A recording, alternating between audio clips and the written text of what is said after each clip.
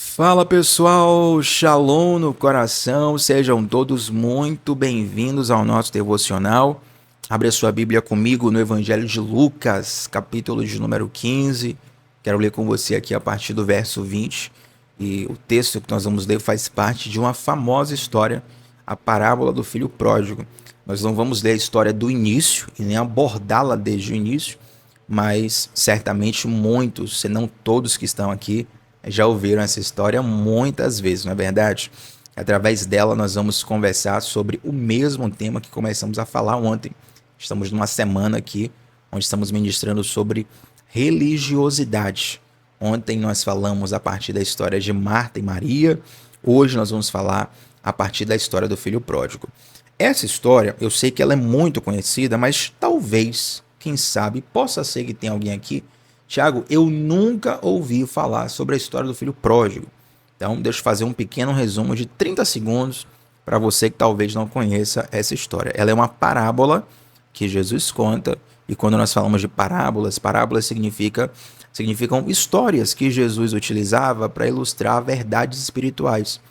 Sabe quando você conta uma história para uma criança para ajudá-la a entender algo mais profundo do que a história?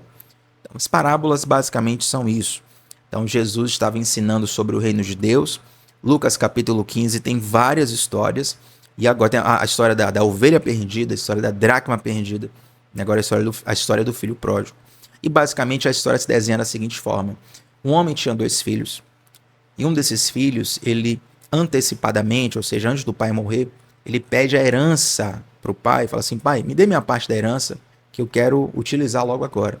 Isso era algo desrespeitoso naquela época, na cultura daquela época. Então ele pega esses valores que o pai lhe dá e ele sai pelo mundo gastando desordenadamente. Imagina uma pessoa que ganhou uma quantia enorme como herdeiro e saiu torrando tudo em farra, festa, excessos, sabe? E ele chegou no estado de miséria. Ele chegou ao ponto de ter que disputar comida com porcos. E essa expressão porco, esse animal não está nessa história por acaso. Para quem não sabe, o porco, para os judeus, é um animal cerimonialmente impuro.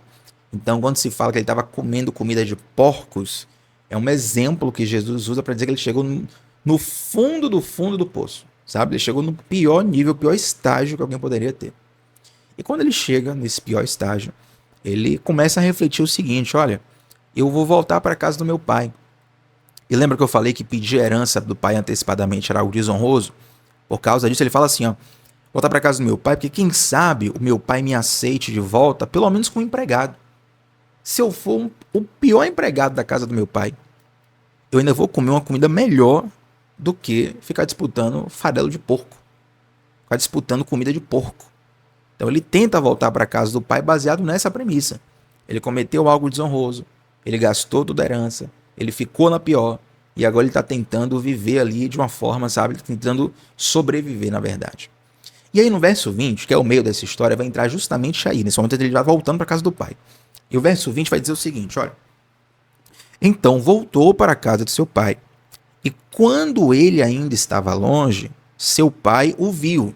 Atenção, ele está voltando para a casa do pai.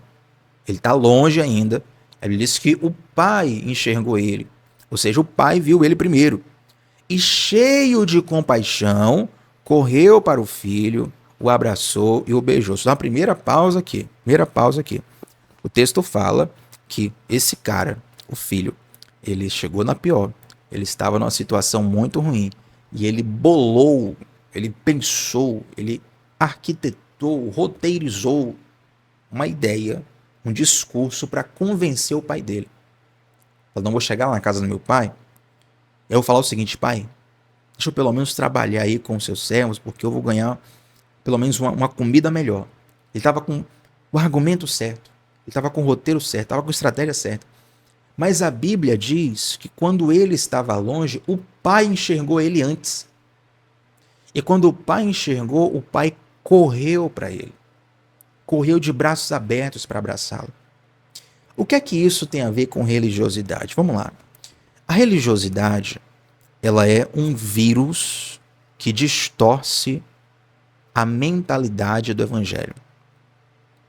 Ela é um vírus que distorce a mensagem do evangelho. É como se você entendesse de forma equivocada a mensagem do evangelho por conta da religiosidade. E a base da religiosidade é a mentalidade de mérito. É por isso que esse filho aqui, ele arquiteta uma coisa, ele arquiteta um discurso, ele, ele formula um argumento para convencer o pai. Olha, se eu falar isso aqui, meu pai pode até não me aceitar como filho, mas como servo ele vai me aceitar. Olha, se eu falar dessa forma, se eu explicar dessa forma aqui, eu vou ser mais amado, eu vou ser aceito. Mas a Bíblia diz que antes do filho falar qualquer coisa, antes do filho argumentar qualquer coisa, o pai é quem vai na direção do filho. Olha que interessante. Muitas vezes na nossa vida, nós tentamos fazer coisas para convencer a Deus de que nós merecemos uma bênção. Para convencer a Deus de que nós merecemos uma coisa boa. Para convencer a Deus que, olha Deus, minha vaguinha no céu, tá vendo aqui, né? Estou vivendo corretamente aqui, guarda minha vaguinha no céu. Mas o que muitos não percebem é que tudo isso é baseado numa mentalidade que faz o seguinte cálculo: eu preciso bater uma meta para merecer. Se eu merecer, eu vou ter. O evangelho é completamente contrário a isso. Eu vou dizer uma coisa, talvez você esteja aqui no devocional, você já seja cristão há muitos anos, já lê a Bíblia há muitos anos, e você cresceu ouvindo esse discurso a vida inteira. Eu preciso te falar, a Bíblia vai na completa direção contrária a isso. A mensagem do evangelho é o seguinte: a sua dívida é impagável. Não tem nada que você possa fazer para pagar a sua dívida. Mas, Thiago, será que se eu me envolver com ação social, se eu ajudar as crianças que estão passando fome, se eu cuidar dos idosos, se eu pagar meus impostos, se eu for fiel à minha mulher, se eu cuidar dos meus filhos, será que se eu fizer tudo certinho, você acha que Deus não vai se agradar disso? Ele vai se agradar. Mas você acha que Deus não vai me salvar por causa disso? Não. Porque não tem nada que você faça que vai fazer você merecer a salvação. Se fosse um cálculo matemático, para você merecer a salvação, você teria que empatar com Jesus. Você consegue empatar com Jesus? Um pecado é suficiente para te condenar pela eternidade toda. Para pensar quantos pecados você comete em um dia. Um dia. Pecados que você comete em ação, em palavras e em pensamentos. Além do mais, a sua natureza, ela já é pecaminosa, ela já é caída, ela já carece de redenção. Não tem nada que você possa fazer que vai chegar perto de saldar uma dívida, como essa, a dívida do pecado. Aí eu gosto de usar exemplos financeiros, porque nos ajuda a entender essa questão de dívida, né? Embora a dívida não seja apenas algo financeiro. Mas, digamos que você ganha um salário mínimo. Quanto é o salário mínimo no Brasil hoje? Né? Vamos aproximar um valor aqui, só para fim de cálculo, R$1.500. Vamos pensar aqui, ó, você ganha R$1.500. De repente, quando você ganha R$1.500, R$1.600, sei lá, o salário mínimo, aí você tem uma dívida, irmão, com um governante desse aí mundial. Sua dívida é de trilhões. Aí você fala assim, não, vou trabalhar tantos meses para pagar minha dívida com você. Não tem como. Você vai trabalhar a vida toda, você não vai conseguir pagar. Seu salário não dá, não tem condição. Entende? Sendo que, enquanto você não quita essa dívida, está correndo juros, e juros, e juros, e juros, e juros, e juros, e juros, juros infinitos. Aí você fala assim, Thiago, então, e aí, velho, como é que eu fico com Deus? A mensagem do evangelho é justamente essa mensagem de esperança, de dizer assim, ó, sua dívida é impagável, não tem nada que você possa fazer para pagar. Aí você pensa, tô perdido. Aí vem a segunda parte da notícia. Mas tem alguém que pode pagar por você. E esse alguém escolheu pagar por você, não pelas suas boas obras, não por você ser uma pessoa que se envolve em ação social, não por você ser fiel à sua esposa, não por você cuidar bem dos seus filhos.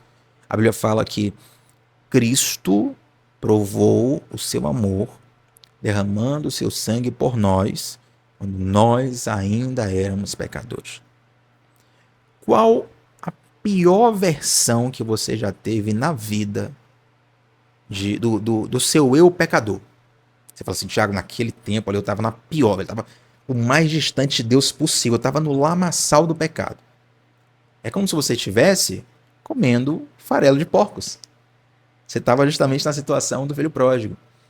E nessa situação, onde você estava lá afundado no lamaçal do pecado, o pecado você imaginar que você tivesse, né? Cada um tem uma história. Nesse pior estágio, essa sua pior versão, Jesus chamou ali. Jesus não começou a te chamar quando você foi para a igreja. Jesus não começou a te chamar quando você começou a fazer o devocional aqui. Jesus não começou a te chamar porque você entrou na comunidade do discipulado.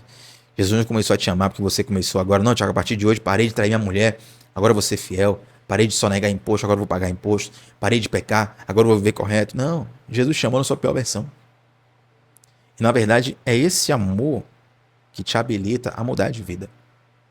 É por isso que a Bíblia diz que o filho estava se aproximando e de longe o pai viu e o pai correu e o pai abraçou. E é interessante que quando o pai chegou, olha só, versículo 20, parte 2, cheio de compaixão, correu para o filho, o abraçou e beijou. Imagina a cena. O pai chegou, correu, abraçou, beijou, o filho está lá, aquele abraço forte, carinhoso.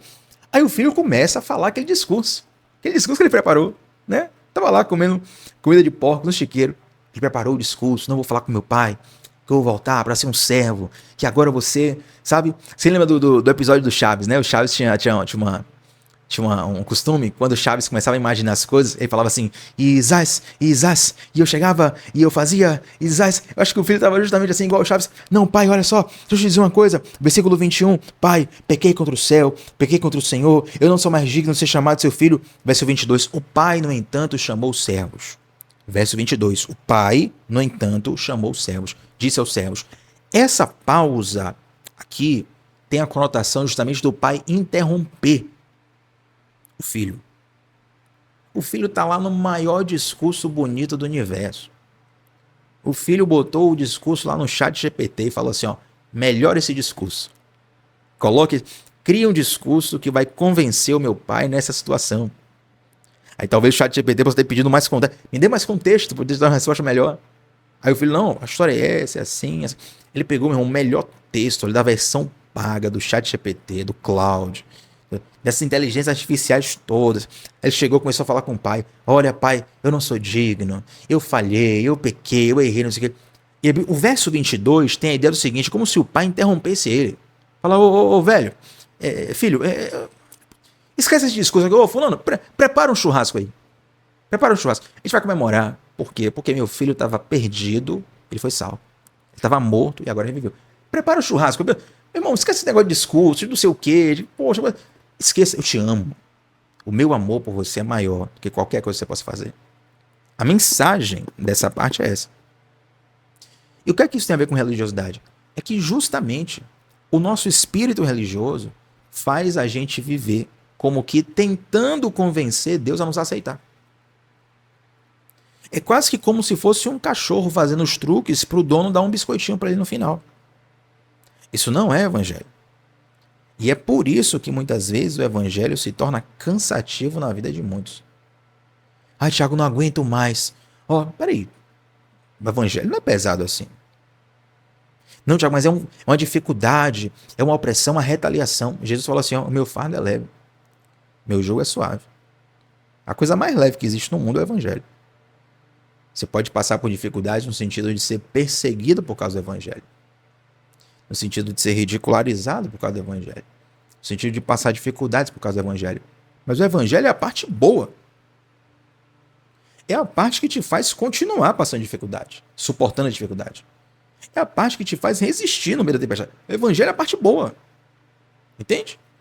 Então, meu irmão, quando nós entendemos que, primeiro, não há nada que nós possamos fazer, e aí a gente para de tentar merecer o amor de Deus, o evangelho se torna muito mais leve, infinitamente mais leve.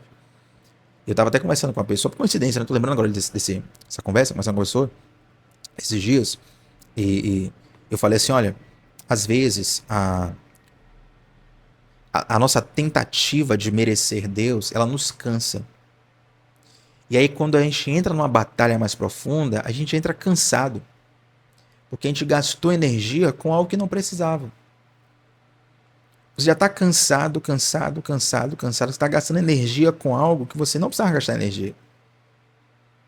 E quantos cristãos, meu irmão, minha irmã, vivem hoje ainda com medo de irem para o inferno? Tiago, eu não tenho certeza da minha salvação. Tiago, eu não sei se Deus me ama de verdade. E talvez você não diga isso com os seus lábios, mas no fundo, tem um sentimento assim de que, olha, não, Tiago, se eu vacilar aqui, que se eu demole, acho que eu coloco tudo em xeque. Não, meu irmão. Primeiro que não está nas suas mãos. Deus, ele te ama tanto que ele não deixou isso em sua mão.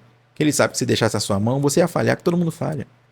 Nossa salvação está nas mãos dele. Está baseado no amor dele. Está baseado na graça dele. É por isso que muitas pessoas... Aliás, deixa eu ler o restante da história aqui, que eu vou dar esse exemplo. Eu já queria falar sobre isso. Então o pai, certo? Ele chega aqui O filho voltou para casa, o pai tá, né? Vamos fazer uma festança. Vamos fazer aqui, pega o melhor bezerro, vai fazer um churrascão. Meu filho estava perdido, voltou. Aí verso 28.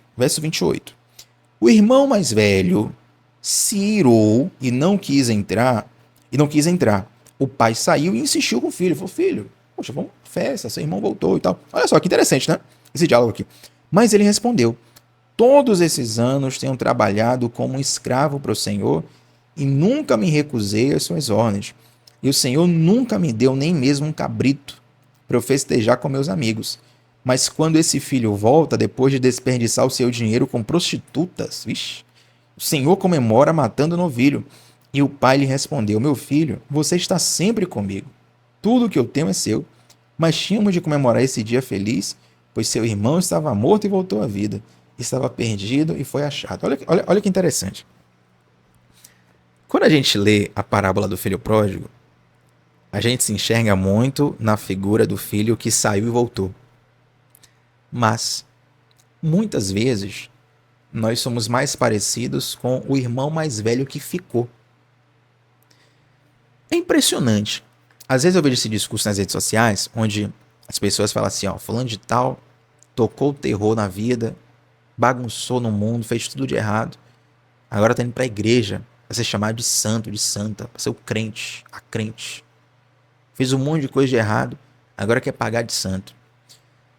O que é que essas pessoas estão calculando? Estão dizendo, bom, fulano fez um monte de coisa de errado e agora quer dizer que é puro, que é santo, que é justo, depois de ter bagunçado tanto. Essas pessoas estão operando numa mentalidade de quem não entendeu o evangelho, que eu acabei de te explicar.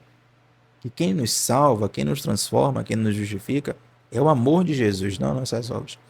Então é compreensível que alguém que está do lado de fora, que não entende a mensagem do evangelho, pense assim. É compreensível, ele não teve a revelação, compreensível. Agora, e uma pessoa que está dentro da igreja e pensa dessa forma? Uma pessoa que está dentro da casa do pai e pensa dessa forma? É exatamente o que o filho mais velho estava passando. O filho mais velho viu a forma do pai amar o seu irmão e ele não entendeu. Ele, na verdade, se indignou, porque na mente dele, evangelho era cálculo matemático. Olha, se eu fizer, eu mereço. Se eu obedecer, Deus vai me abençoar. Deixa eu fazer uma pergunta aqui para você. Eu posso falar o português correto, gente? Posso falar o português correto aqui? Ou não posso? Tenho que dourar. Tem que falar com cuidado, sabe? Com o pessoal Nutella, para não se ofender. Ou posso, né, rasgar o verbo aqui? Outra pergunta aqui. E se Deus não te abençoar? Você continuaria obedecendo, sabendo que Deus não vai dar a sua bênção?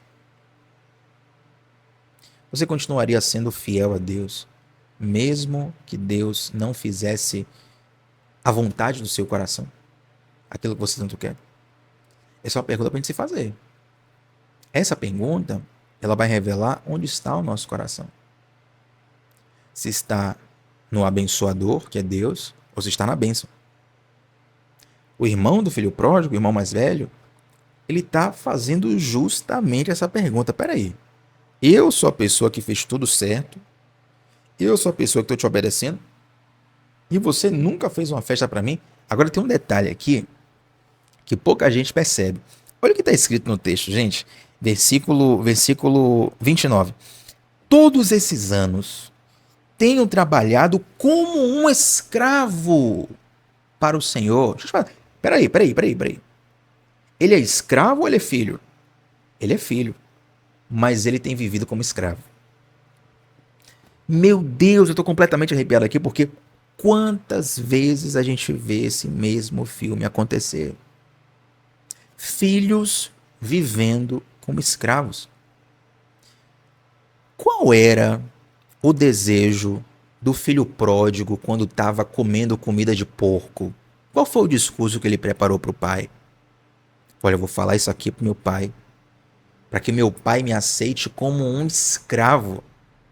Porque um escravo, pelo menos, come uma comida melhor do que a minha. O cara estava almejando ser escravo, ele nem esperava ser recebido de novo como filho. O outro que era filho, que tinha privilégio de filho, que tinha acesso de filho, que tinha herança de filho, estava vivendo como escravo.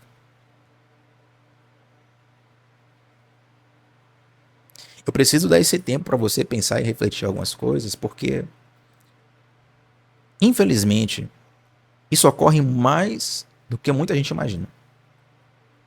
Tem muitas pessoas perto de Deus, na casa de Deus, falando com Deus. Esse filho aqui, ele não entendeu o coração do pai. Quando ele viu a graça sendo manifesta, e graça é favor imerecido, quando ele viu a graça sendo manifesta, o sistema interno dele, o software dele, o sistema operacional, deu bug. Falou, pai, peraí, a conta não está fechando. Eu sou um filho bom, obediente, leal, estou te servindo aqui como escravo, nunca ganhou o prêmio. O outro lá bagunçou e desperdiçou sua herança com prostitutas. E aí você vem e dá uma festa para ele. Não deu bug no sistema dele. Por quê? Porque a graça não cabe no nosso sistema caído. É por isso que Deus nos convida para uma nova mentalidade. Romanos capítulo 12, versículo 2. Transformai-vos pela renovação do vosso entendimento. Porque a partir dessa renovação da sua mente, quando você tiver uma mente nova, quando você tiver uma nova mentalidade, aí você vai poder experimentar a boa, agradável e perfeita vontade de Deus. A graça é um acesso para uma nova mentalidade.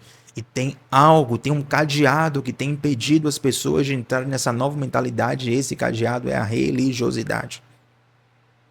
Religiosidade, eu vou falar mais disso nos próximos devocionais durante a semana. Religiosidade tem a ver com incredulidade. A incredulidade, ela normalmente nos leva para uma situação de controle, de querer controlar as coisas.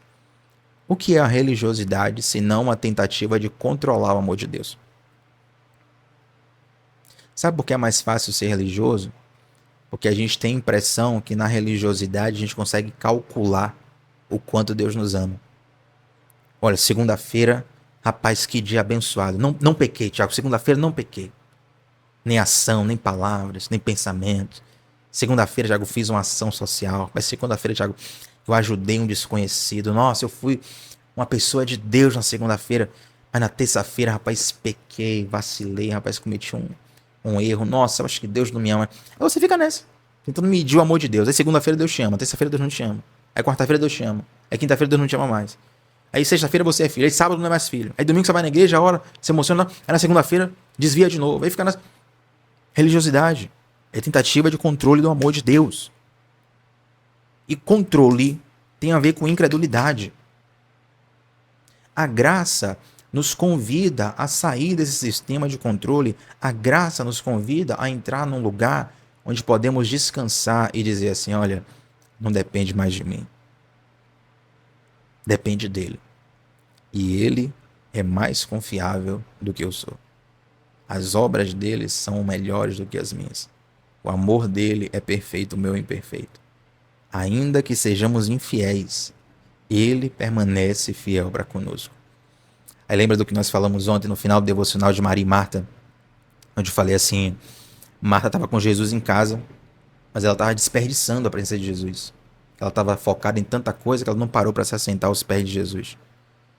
Observe como, da mesma forma nessa história, o filho mais velho, ele está desperdiçando aquilo que ele poderia ter acesso. Porque quando ele reclama com o pai, o que é que o pai fala para ele? Ele fala, filho, você esteve aqui o tempo todo. O que é meu é seu. Você quer fazer churrasco todo dia? Faça, à vontade. Isso daqui você tem acesso. Meu Deus, pois tô aqui esperando o Senhor me dar uma festa. A festa não é sua, cara. A religiosidade, gente, faz a gente desperdiçar a delícia que é servir Jesus. A religiosidade faz a gente desperdiçar a delícia do que é ser filho de Deus. A religiosidade transforma num abuso emocional, transforma numa tragédia espiritual aquilo que deveria ser um deleite e uma relação prazerosa como que num jardim, como no jardim do Éden, sabe? A religiosidade transforma paraísos em infernos.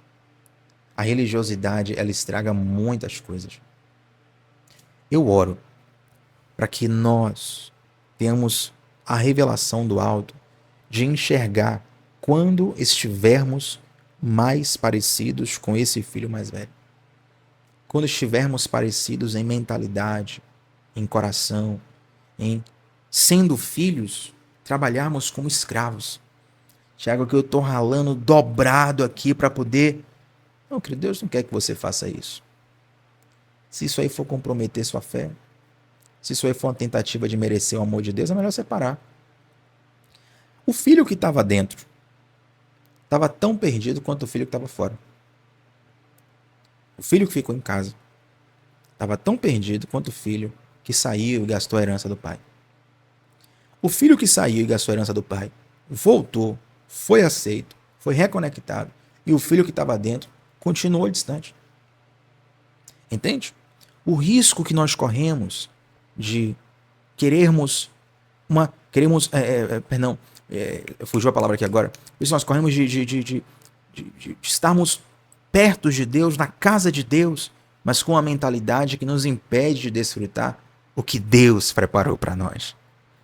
Meu irmão, esse devocional é um devocional para libertar a sua vida, para libertar o seu coração, para tirar de você esse fardo tão pesado que às vezes outra pessoa colocou sobre sua vida, outro sistema colocou sobre sua vida, mas de alguma forma você abraçou isso, porque no início era bom, porque no início te fazia se sentir validado, porque no início te fazia se sentir importante, porque no início te fazia se sentir aceito, porque no início você tinha uma promessa de que, olha, se você fizer tudo certinho, no final vai ter um churrasco para você. Vamos matar um novilho gordo aqui, vamos fazer uma festa para você. E você trabalhou como escravo e não percebeu que esse tempo todo você era filho. Quando esse fardo da religiosidade é substituído pelo fardo de Jesus, que é um fardo leve, que é um jugo suave, toda essa energia que você gastava para carregar o fardo, agora você vai usar para desfrutar da presença de Deus. Agora você vai usar para desfrutar daquilo que Deus preparou para você. Agora você vai usar para desfrutar de tudo o que já é seu, mas que pela religiosidade até então você estava tentando merecer.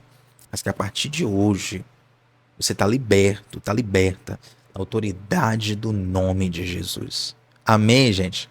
Quero fechar esse devocional orando com você nesse momento.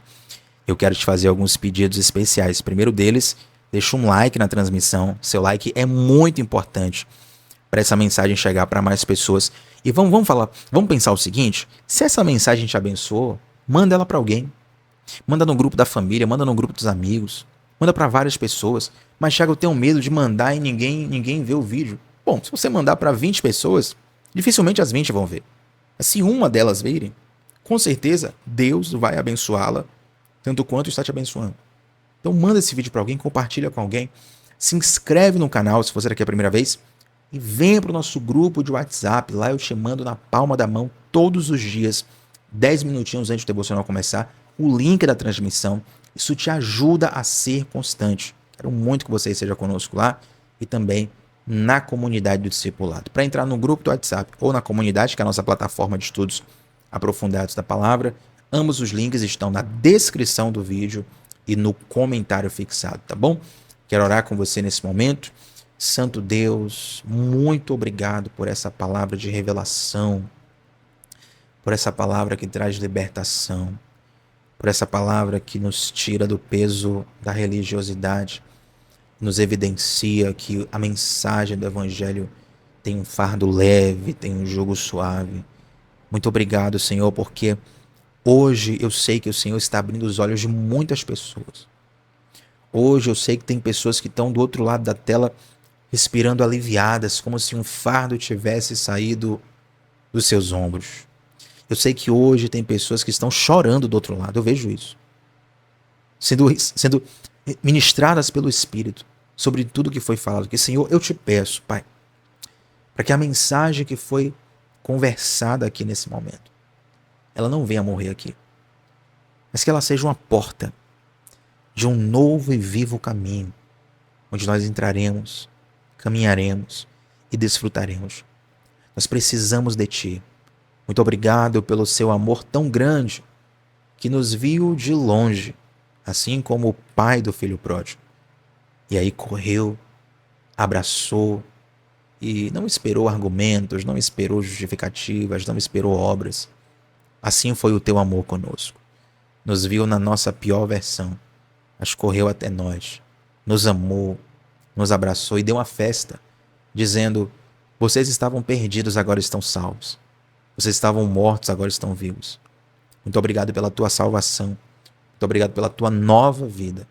Muito obrigado pela mentalidade da graça que o Senhor tem nos ensinado e nos inspirado. Em nome de Jesus. Amém. Gente, antes de sair desse devocional, comenta aqui como Deus falou ao seu coração. Eu quero te pedir o seu compromisso de compartilhar essa mensagem com pelo menos 3 pessoas. Pode ser? Sejam pessoas ou grupos. Às vezes pode mandar num grupo do WhatsApp. Eu tenho certeza que você vai ser canal e ferramenta para que essa mensagem libertadora chegue ao coração de alguém também. Tamo junto sempre, de segunda a sexta, às 7h30 da manhã, onde sempre começamos o dia mergulhando na palavra de Deus. Shalom no coração, meu povo. Até a próxima. Tchau, tchau.